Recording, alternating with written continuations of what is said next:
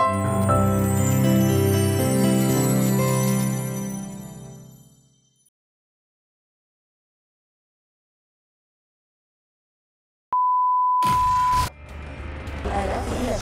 لا نأخذ من الاعتبار.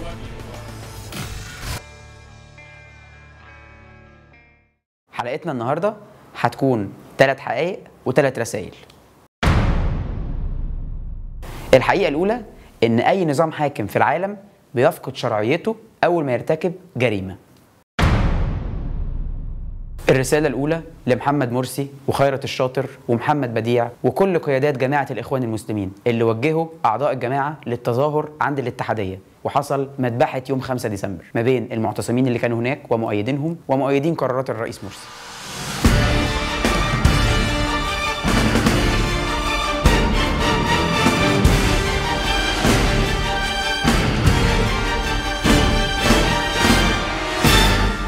محمد مرسي ونظامه وجماعته مسؤولين سياسيا وجنائيا وانسانيا عن اللي حصل. بما انه مسؤول عن مصر كلها، كان ممكن قوي يمنع التصادم ده عن طريق ان الداخليه تامن المعتصمين او حتى الحرس الجمهوري، او ان جماعه الاخوان المسلمين تمنع المؤيدين ليها ان هم يروحوا عند قصر الاتحاديه، وده برضه متداخل فيه الرئيس محمد مرسي ونظامه كله.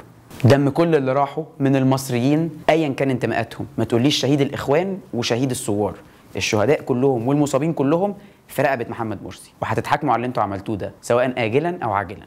الاغرب ان الرئيس مرسي لما جه يكلم الشعب المصري اتكلم بعد المذبحه اللي حصلت على باب بيتهم 24 ساعه، ولما جه يتكلم شكر الناس اللي راحت تأيد قراراته على الرغم ان هم اللي بدأوا التشابك مع المعتصمين. وفي الخطاب ده كلمنا على ان السواق بتاع العربيه المصفحه اتضرب بطوبه. الخطاب ما كانش له اي لازمه ولا اي دعوه باللي حصل.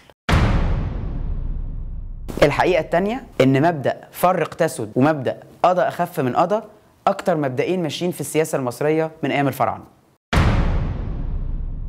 الرسالة التانية للشعب المصري، زي ما العسكر لما لقونا متوحدين بعد الثورة عملوا الاستفتاء عشان يقسموا الشعب المصري في 19 مارس 2011، الإخوان بيعملوا نفس الموضوع ده، أو النظام الحاكم بيعمل نفس الموضوع ده باستفتاء في وقت صعب جدا، أكتر وقت حاصل فيه انقسام واستقطاب في المجتمع المصري يمكن في التاريخ. وزي ما محمد مرسي جاب طريقة قضى أخف من قضى قدام أحمد شفيق، دلوقتي الإخوان المسلمين بيستخدموا طريقة قضى أخف من قضى، أنزل قرار وأسحبه، أنزل إعلان غير دستوري انقلابي وأسحبه وألبسكوا الدستور. هو صحيح إيه اللي حصل؟ القرار بتاع قفل المحلات الساعة 10 رجعوا فيه برضه؟ أوكي. الرسالة اللي جاية للي رايحين الاستفتاء، أنا رايح الاستفتاء إن شاء الله وهقول لأ. ليه هقول لأ؟ لسببين غير مواد الدستور. أول سبب إن الجمعية التأسيسية أغفلت جزء كبير جدا من المجتمع المصري بعد الانسحابات اللي تمت فيها. السبب الثاني الطريقة اللي اتعمل بيها الدستور، والطريقة اللي اتسلق بيها التصويت، وكان كل التصويت في اتجاه واحد اللي هو الاتجاه الغالب على الجمعية التأسيسية. المادة نوقشت حتى استوت، وكان أي حد بيطلع يعترض بيسكتوه، وكانت طريقة كلنا شفناها مأساة. وكل اللي عايز كلمة لازم يقولها، والجمعية قالت محدش يتكلم يعني محدش يتكلم.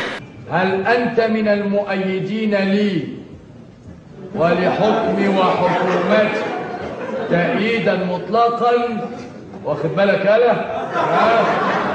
والمرة الوحيدة اللي كان عندنا أمل إن يكون في شد وجذب في المواد في التصويت المادة 139 لما 16 واحد اعترضوا على المادة.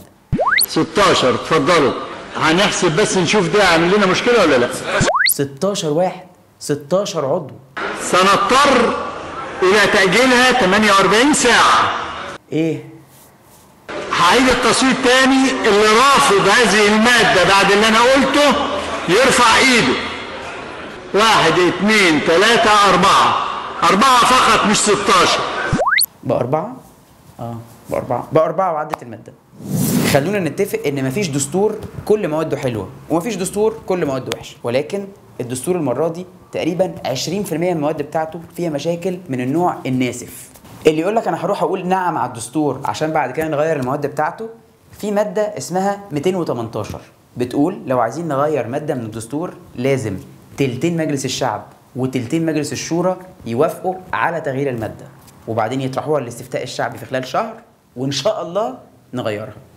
أنا شخصياً هقول لأ، الدستور فيه غموض في التشريع، بيسمح بعمل الأطفال، بيسمح بالعمل الإجباري، بيسمح بالسجن خارج السجون، بيسمح بوجود الجيش دولة داخل الدولة، وعودة المحاكمات العسكرية، الرعايه الصحيه لغير المقتدرين، يعني عوده شهاده الفقر. لازم تثبت ان انت غير مقتدر عشان الدوله تدفع لك التامين الصحي بتاعك. وبيدي سلطات رهيبه لرئيس الجمهوريه. واخيرا وليس اخرا بيسمح بكبت الحريات وبسجن الصحفيين وبمنع اي قناه او اي صحيفه تعارض النظام.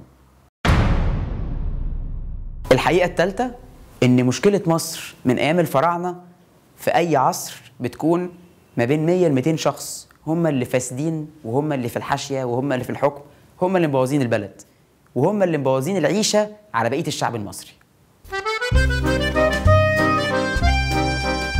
نور بكره دلوقتي يا عم؟ لا يا عم، نور بكره ايه يا لا لا لا لا زق يا عم. نور بكره ايه؟ نور بكره ايه؟ هو في نور بكره ولا في بكره اساسا؟ احنا شايفين حاجه؟ خش يا عم، خش على اللي بعده. الرساله اللي لازم توصل ان احنا اللي عايشين لبعض في الاخر، واحنا اللي هنفضل في البلد دي، واحنا زي ما كنا بنقول في ال 18 يوم بتوع الثوره ايد واحده. الايد الواحده دي لو شلت منها صبع الايد مش هتعرف تشتغل كويس. ولا السلفيين هيمشوا من مصر، ولا المسيحيين هيمشوا من مصر، ولا الليبراليين، ولا الاخوان المسلمين. كلنا كنا قاعدين في الميدان جنب بعض، وكلنا كنا بنحمي بعض، ولما كان حد فينا بيصلي كانوا التانيين بيحموه. لازم الرساله توصل ان احنا اللي عايشين لبعض. كل اللي انتوا شايفينهم على التلفزيون دول من اخوان، سلفيين، ليبراليين، كل الرموز دول الى زوال. اللي قاعد في البلد دي احنا، انا وانت. جيرانك سلفيين، مسيحيين، ليبراليين، ملحدين، جيرانك هم دول اللي قاعدين لك. ولما هتحصل لك مشكله جيرانك هم اللي هيلحقوك، وهنفضل كلنا ايد واحده.